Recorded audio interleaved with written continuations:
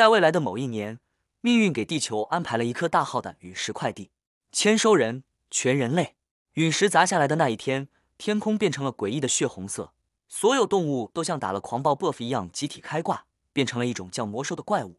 更离谱的是，魔兽不仅外形凶残，还分等级，1到2级的像狗熊打了类固醇，简单粗暴；3到5级的开始玩起了元素魔法，火球、水刃、闪电劈人样样精通；6到8级已经能开会商量战术，9级能说人话会指挥，10级他们前翠已经可以登记公司开魔兽联合国了。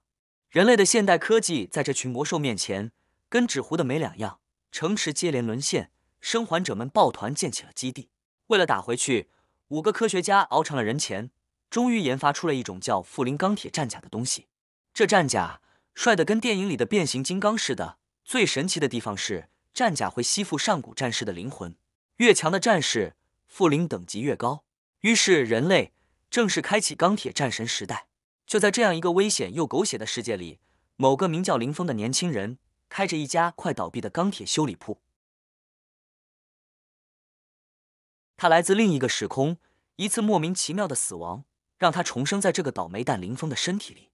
前任林峰是个造钢铁战甲的天才，理论满级，实践0分，没能造出复灵战甲，被第1基地踢到55号下级基地，窝在一个快破产的小修理铺里啃着冷面包。而这天，命运终于安排了他的第1位重要客户，警队女战士白静雪带着一副残破的战甲走进了他的店。他刚刚经历了一场血战，队友一个断臂，一个躺医院，自己捡回1条命，战甲也变成了废铁。修理还是造，林峰头也不抬，继续低头拧着螺丝。白静雪咬牙，把破损的钢铁战甲放到桌上，修理能修吗？林峰抬头扫了一眼，摇摇头，修？你这战甲连骨架都废了，修复是不可能的。不过嘛，我可以帮你改造，材料你出。白静雪没犹豫，行。说，当晚白静雪便按照清单去回收站，黑市甚至拆了自己队友的坏掉备用件，凑齐了一堆稀有材料。林峰看住这堆材料，脑海里瞬间冒出了前世的记忆。三国志里的传说女将关银屏与白静雪的武器一模一样。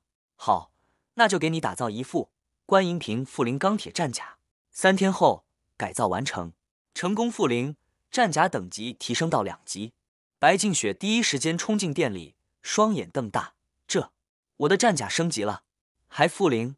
林峰嘴角一挑，试试。两人出了基地，找到一只3级魔兽试手。